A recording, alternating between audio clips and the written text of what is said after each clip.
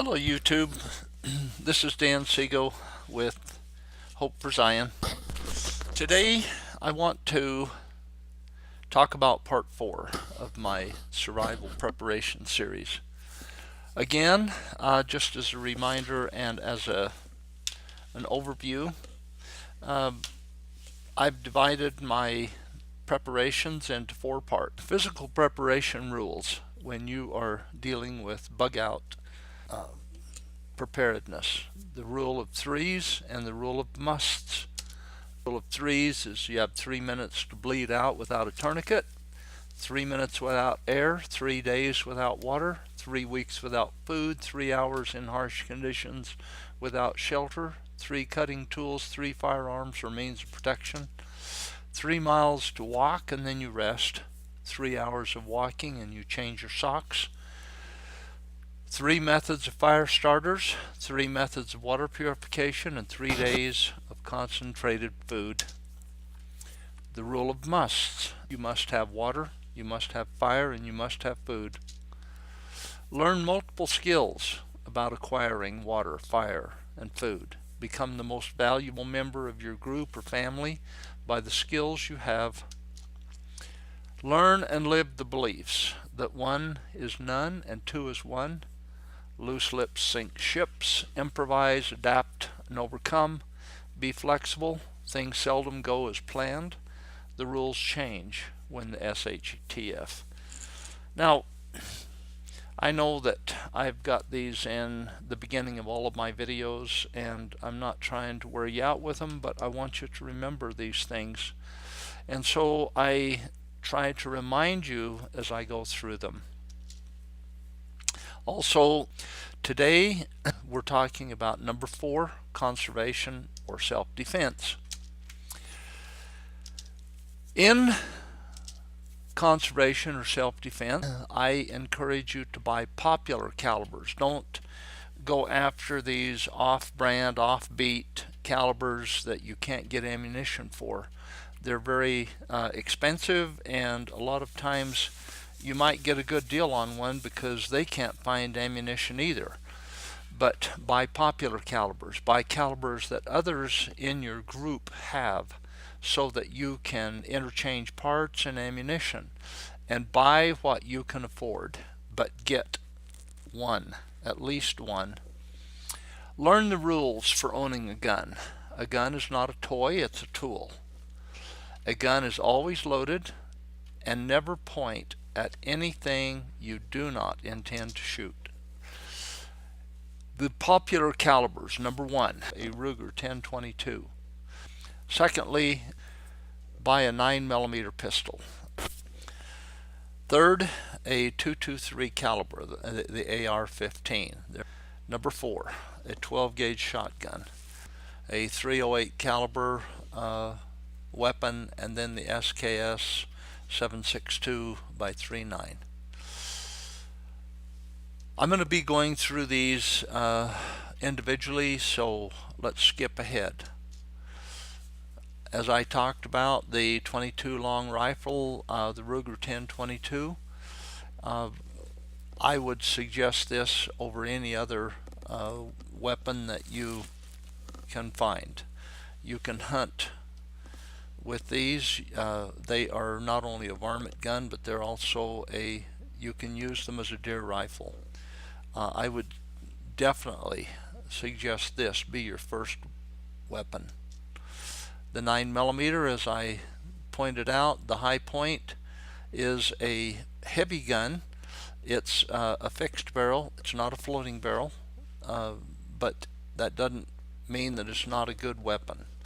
Your SCCY, you can buy them in a variety of colors. They're American made. And then your Springfield XDM. The 223, the AR-15, they are plentiful and they are not as expensive as they used to be. You can find the 223 at some of your gun retailers for as low as $450 to your more expensive weapons, your Bushmasters, your Diamondbacks, up to 650, but get something. The 12 gauge shotgun, probably one of the more versatile weapons that you've got. The 12 gauge is a very good gun, and it's not only good for close range self-protection, but you can also use it to hunt small game as well as large game. The 308 caliber rifle, if you're going to have a high-powered rifle, I would suggest the 308.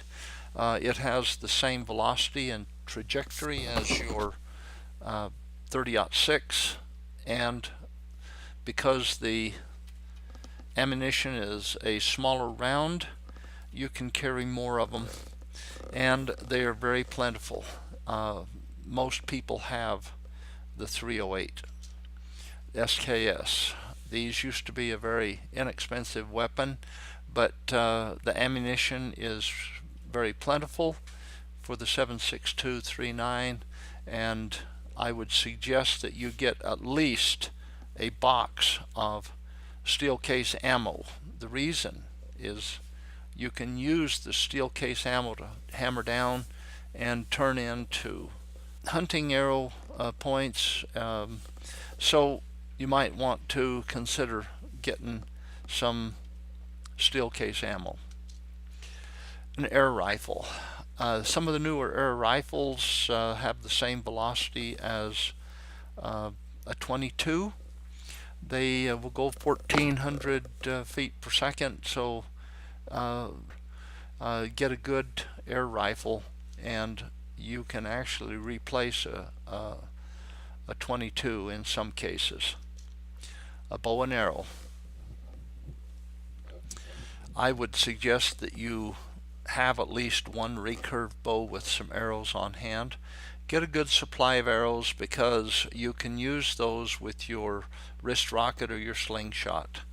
And you can buy the aluminum arrow shafts from places like Walmart or some of your sporting goods stores for anywhere from $2.50 to $3.50 per shaft, and then you can put your own arrowhead on them. But like I say, you can make arrowheads out of your steel case ammo, and you might want to experiment with that, but you can do that. Pepper spray. This can be used on two-legged and four-legged varmints if they come into your camp. It is definitely something that you might want to consider having on hand. The wrist rocket. I think that the wrist rocket, or the beanie flippers, some people call them slingshots, is a very important item to have in your storage. You can use these to make into a 45-pound bow, and I want to do a demonstration on how to do that, but you can also find demonstrations online. These become a very deadly weapon if you learn how to use them, and I would suggest that you do that. Learn how to use these, become accurate with them. Binoculars goes without saying. If you see something first, you can protect yourself from it, whether it's people or animals. Have a good pair of binoculars. A gun cleaning kit for every caliber that you have. A lot of times all you need are the brushes that you can attach to your rods. Good cleaning solvents. Do not use WD-40, because WD-40 is made of a high-grade solvent, usually something like Stoddard solvent or a #1 fuel oil, and DMSO. That is the penetrating element in WD-40, and not only does it penetrate, but it will also foul your primers. If you don't get all of it out of your rifle or your handgun before you try to use them, and you get WD-40 on your primer, it will foul your primer and you will have a misfire. So use a solvent that is designed to clean your weapon, and get brushes for each caliber, and but have one. If you have a gun that you can't use, it doesn't do you a lot of good. Motion detectors for around your camp. These are inexpensive. You can buy motion detectors as well as FRS radios, walkie-talkies, two-way for your survival pack. They're very handy to have around your camp, and they will warn you in the absence of a dog. If you don't have a dog, you might want to consider something like this. Anyway, I'm trying to put out some ideas, and if you have any suggestions or you have anything that you want to add to these videos, I encourage you to please put your comments in the comment section below, and please let me know what your opinion is, and I would like to also have you subscribe.